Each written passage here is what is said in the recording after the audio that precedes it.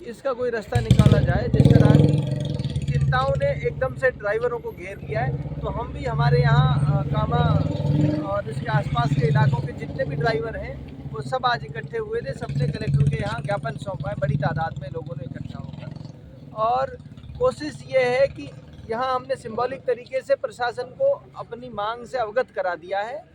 ड्राइवरों के जो संगठन है इनके साथ जो बातचीत हुई है वो ये है अगली प्लानिंग कि हमने सिंबॉलिक तरीके से अपना यहाँ प्रशासन को अपना मांग पत्र सौंप दिया है, अपनी चिंताएं, अपनी शंका सुबाएं उनको बता दी।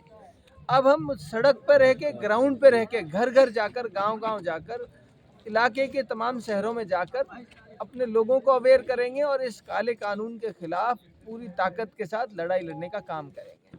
मैं अपने ड्राइवर साथियों को और मुल्क में जहाँ जहाँ ड्राइवर तबके के लोग हैं जो मुझे सुन रहे हैं, देख रहे हैं, मैंने पहले भी कहा है, मैं खुद, मेरे पास एक लाइसेंस है।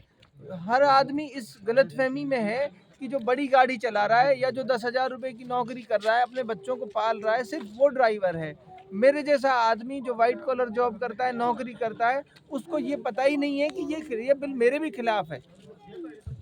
ये ड्राइवर तो एक्सपर्ट ड्राइवर हैं, इनके पास तो हैवी ड्राइविंग का लाइसेंस है। ये तो मुझसे और मेरे जैसे बहुत सारे लोगों से ज़्यादा अच्छी गाड़ी चलाते हैं।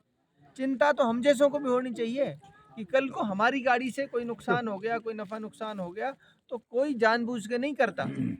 अनजाने में, गलती से, वो सामने वाले की भी गलती हो सकती है, किसी से कोई नफ़ा नुकसान हो गया तो उसके लिए 10-10 साल की सज़ा कौन भुगतेगा? 7 लाख रुपए, 10 लाख रुपए का जुर्माना कौन भरेगा? तो ये समझने की बात है। सबको इसके बारे में जानकारी जुटाकर और सही तरीके से इस अपनी आवाज़ बुलंद करने का काम करना चाहिए। मैं हमेशा से कहता रहा हूँ ड्राइवर भाइयों के साथ, जहाँ मेरी ज़रूरत पड़ेगी देश के हर कोने में आपके साथ, आपके पीछे खड़ा रहकर, और जहाँ ज़रूरत पड़े वहाँ मुझे आगे रखो, और जहाँ ज़रूरत रहे कि भाई मुख्तियार हमारे साथ चलकर काम करो, हमारे पीछे खड़े रहो, मैं भाइयों के पीछे खड़ा रहूँगा 100 के 100%। आपने ज्ञापन सौंपा है, राजनीति से 100% अलग, इलाके के, समाज के और भाइयों के हित की अगर कहीं बात है तो 100 के 100% उसके लिए तन मन धन से भाइयों के साथ खड़े रहें। आज आपने जो ज्ञापन सौंपा है, क्या आश्वासन दिया गया? प्रशासन ने आश्वासन दिया है कि आपकी बात को सरकार के समक्ष मजबूती से रखेंगे, ऊपर तक आपकी बात पहुंचाने का काम करेंगे। प्रशासन का यही काम है, हमारे और सरकार के बीच का संवाद करने का काम है। हमारी बात सरकार के समक्ष रखेंगे, सरकार उस पर क्या फैसला लेती है वो आगे की बात है। और उसके लिए हम सिर्फ ये ज्ञापन सौंप देकर हम अपने काम से पूरा नहीं हुआ है, हमारा काम तो शुरू हुआ है। एक तरीके से हमने सिंबॉलिक तरीके से अपना ज्ञापन सौंप दिया है, तो सरकार को अवगत करा दिया है कि इस तरह की चिंताएं समाज के लोगों के अंदर हैं और इस तरह की शंका सुबाएं और इस तरह की बहुत बड़े स्तर पर बेचैनी है लोगों में, ड्राइवर तबके के, और जो बड़े तादाद में हमारे इलाके के लोगों का रोजगार है, उस रोजगार पे बहुत बड़ा हमला है, बहुत बड़ा अटैक है। इसलिए अब ज़रूरत है ड्राइवर तबके के लोगों को अवेयर करने की, जागरूक करने की, कि वो एकजुट होकर इस लड़ाई को लड़ें। यहाँ हमने सिंबॉलिक तरीके से दिया, आइंदा हम अपने इलाके में, कामा, उसके आसपास के इलाके और पूरे देश लेवल पर हम इस लड़ाई को लड़ने का काम करेंगे। हमने पहले भी डिस्कशन किया है।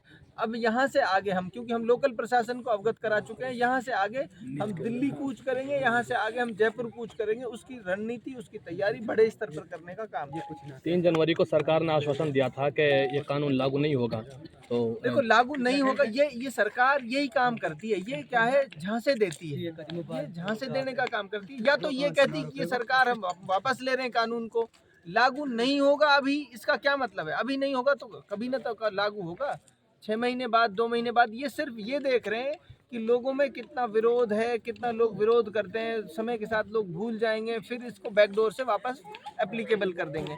कानून जब तक वापस नहीं हो जाता तब तक ये संघर्ष जारी रहेगा, तब तक ये लड़ाई जारी रहेगी। क्या लगता है कि इस तरह से संघर्ष करने से कानून वापस हो देखिए, पाएगा? लोकतांत्रिक देश में रहते हैं और कोई भी लोकतांत्रिक देश लोगों की आवाज़ से मिलकर ही बना होता है और लोगों की आवाज़ को सुना जाता है। मैं ये समझता हूँ जिस तरह से हमने किसान आंदोलन और किसान काले कानूनों के विरोध जो लड़ाई लड़ी, पूरे देश के किसानों ने एकजुट होकर, इसी तरह ड्राइवर जो तबका है, ये देश की अर्थव्यवस्था का ऐसा पहिया है कि इन ड्राइवरों ने अगर वो पहिया बंद कर दिया ना, देश की अर्थव्यवस्था घूमनी बंद हो जाएगी।